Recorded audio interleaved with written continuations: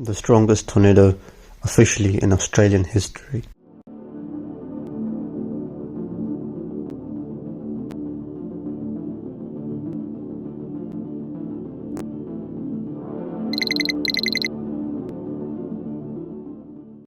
On the 29th of November 1992, a powerful storm system rolled across southeastern Queensland, producing an F3 tornado near Oakhurst in the early afternoon, then escalating into the first ever officially rated F4 tornado in Australia, tracking through the Bucca and Bullyard region around 2:20 p.m.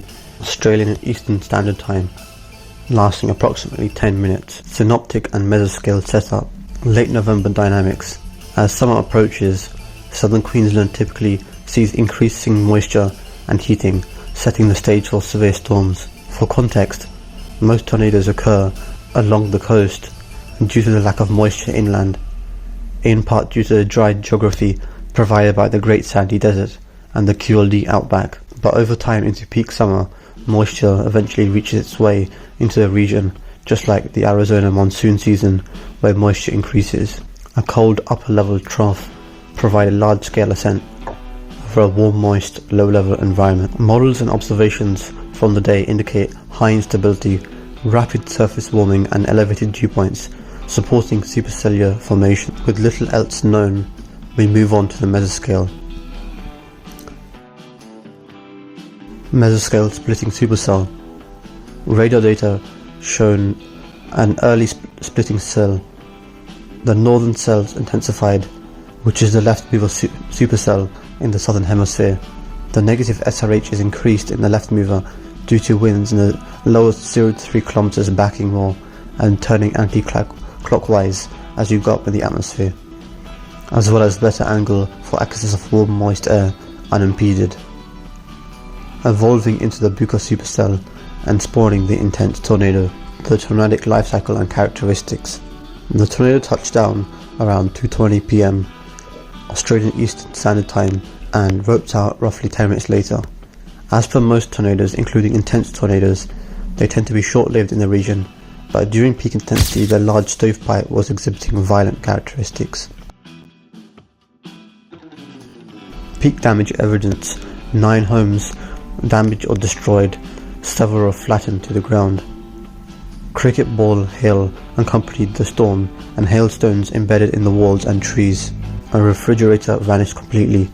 Stones and saplings speared into walls, indicating intense suction. A 3-ton truck was thrown 300 meters across the field. The most tragic part of the event was about 20 cattle were killed, underscoring the force. Now there are some disputes. The rating is F4. And could it be possibly F5? The official damage survey classified it as a F4, correlating to wind speeds between 332 to 418 km per hour, of 208 to 260 miles per hour. Of course, which in the modern EF scale to downscale to represent observed damage would be equivalent to EF4 170 to 200 miles per hour. Often 70 to 80 miles per hour less than the original F-scale rating for damaged structures, which collapse at much lower wind speeds at the same extent of damage to what the F4 rating produces. However, retired bomb forecaster Jeff Callaghan suggested it might have produced F5 damage, given the extremity of the observed damage. What was most likely though was that the tornado reached EF5 equivalent winds of greater than 200 miles per hour during its peak intensity. Expert analysis, even on the global tornado compilations, lists Bucca as a unique case, officially F4, but quote, possibly an F5. As discussed before, that afternoon saw multiple supercells travel up the coast. Bucca was the most intense.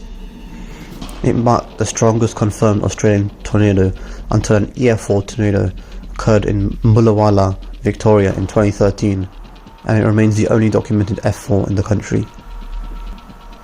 Several meteorological factors converged. Firstly, extreme instability from late spring warmth and humidity. Secondly, upward trough support delivering sufficient lift to initiate storms.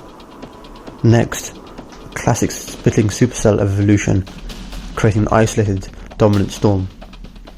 Cricket ball hail was often associated with the deep, strong updrafts. Damage was consistent, and there was ground scouring, extreme suction winds, and violent wreckage, hallmarks of the most violent tornadoes on Earth. Please comment below your thoughts. Have you ever heard of this tornado?